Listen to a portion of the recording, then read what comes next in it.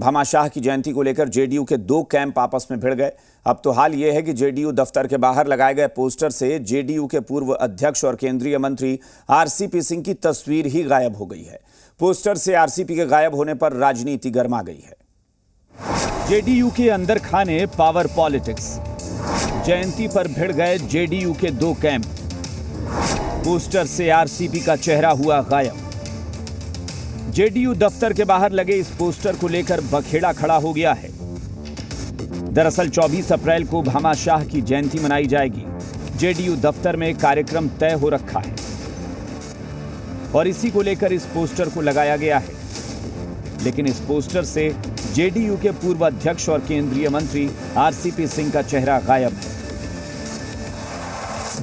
JDU व्यावसायिक प्रकोष्ठ के द्वारा जो पोस्टर लगाए गए हैं उसमें माननीय केंद्रीय मंत्री आरसीपी सिंह जी का तस्वीर ही गायब कर दिया। जेडीयू किस तरह से आपसी अंतरकलह से जूझ रहा है ये तो स्पष्ट दिख रहा है। अब जेडीयू टूट के कगार पर है। ये बिल्कुल स्पष्ट बात है कि भारतीय जनता पार्टी आज जदयू को राजनीतिक रूप से कमज़ोर करने के लिए हर संभव कोशिश कर रही है और उसी कोशिश का नतीजा है कि उन्होंने जदयू के बीच एक दरार पैदा कर दी है और आरसीपी सिंह उस दरार के एक पार्ट पे हैं जहां वो भाजपा के करीबी माने जा रहे हैं। इसलिए जदयू के कार्यकर्ता उन्हें अपने पोस्टरों से दूर कर रहे हैं। विरोधियों को तो इस पोस्टर के बहाने मौका मिल गया।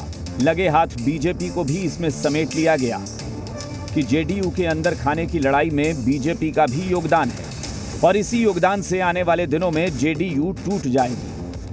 लेकिन बीजेपी ऐसा नहीं मानती है। बीजेपी को लगता है कि यह जेडीयू के घर का मामला है, वही सुलझा लेंगे। देखिए, ये उनका अंदर का मामला है। ये उससे भारतीय जनता पार्टी को कोई लेना देना नहीं है। वो उनके नेतृत्व तो जिसको चाहेंगे उसका उनका विषय है। इसमें हम लोग कुछ नहीं बोल सकते। विरोधी भले ही इस पोस्टर को लेकर तरह तरह के कयास और बयान दे, लेकिन जेडीयू कुछ नहीं बोलेगी क्योंकि बोलने के लिए कुछ बचा नहीं है। अब 24 अप्रैल का इंतजार कीजिए। भामाशाह की जयंती के कार्यक्रम पर कौन कौन शामिल होता है उससे भी पता चल जाएगा। रजनीश, जी मीडिया, पटना।